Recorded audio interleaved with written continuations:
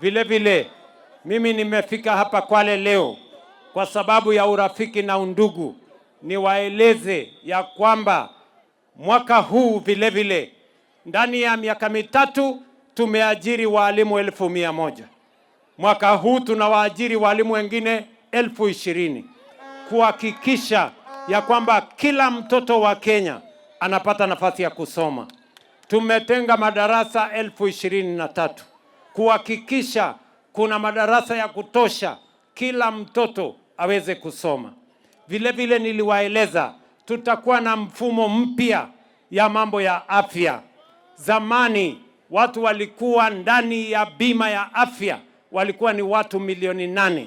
Wale wako na kazi, wale wako na ajira, wale wako na uwezo, wale wako na pesa.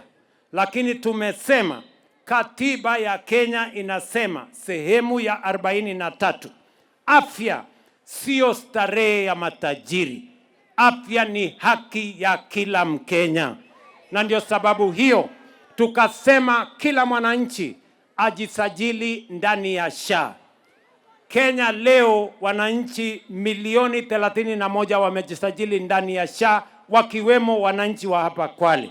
Na tumesema wewe mwananchi ukienda hospitalini utatibiwa, utapatiwa dawa, kama ni sindano utadungwa, lakini mtu asikuulize pesa. Mambo ya pesa serikali ya Kenya italipa kila mwananchi atibiwe na aende nyumbani bila ya kuulizwa pesa.